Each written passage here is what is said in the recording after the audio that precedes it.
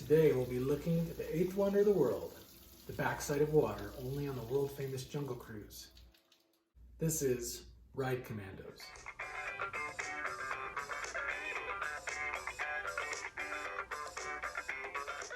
Hey everybody, I'm Randy. And I'm Sam, and welcome back to another episode of Ride Commandos.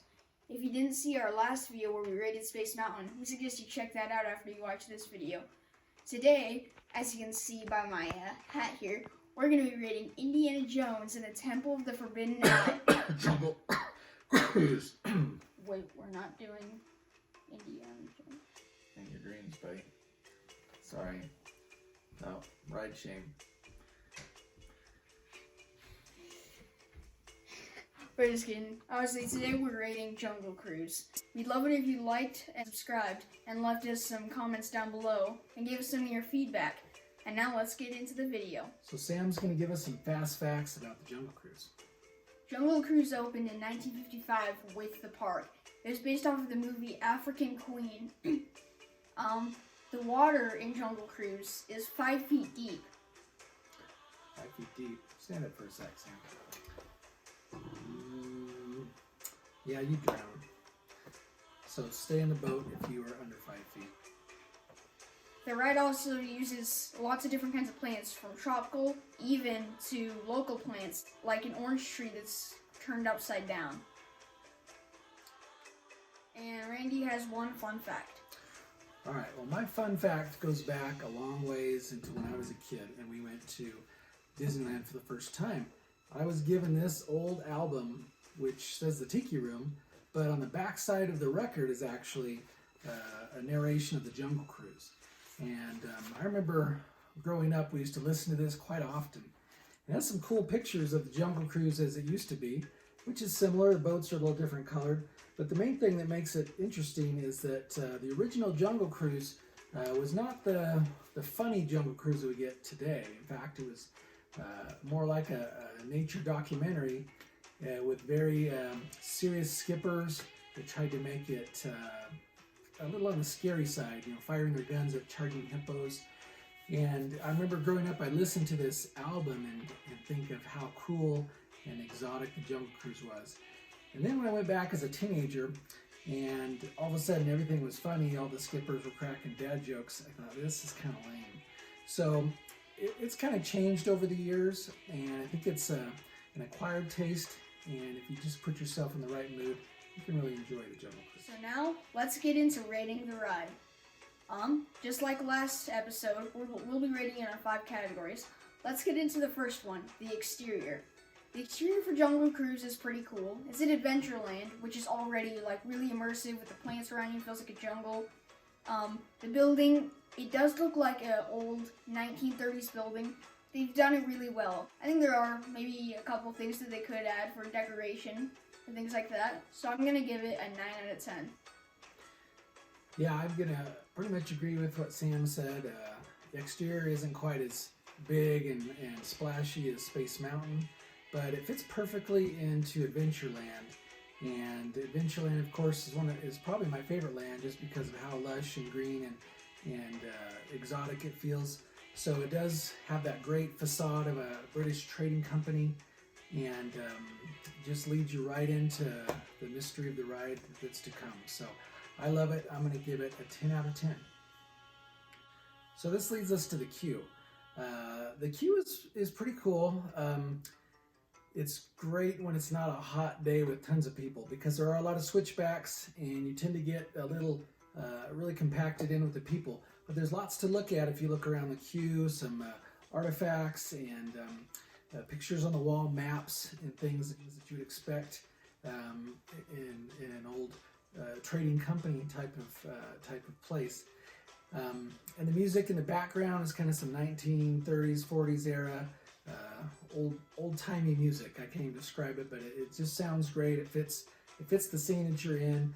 And I quite enjoy the queue, except for the fact that it can get pretty hot and packed, and when it gets really crowded you go up to the second floor, which is kind of cool, but there again it makes it a longer time waiting, cramped with lots of people. So for that reason I'm going to give it a 6 out of 10.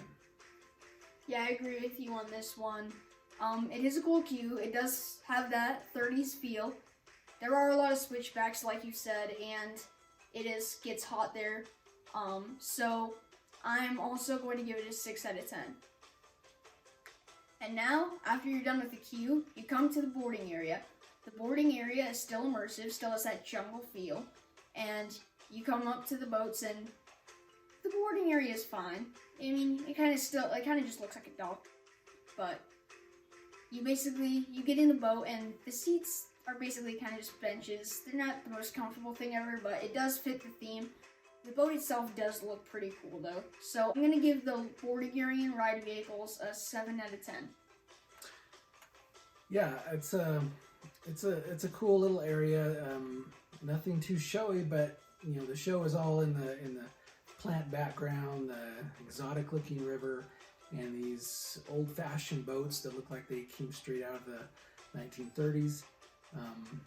Not super comfortable, like Sam said, but it fits the theme, and it's adequate for a short ride around the rivers of the world.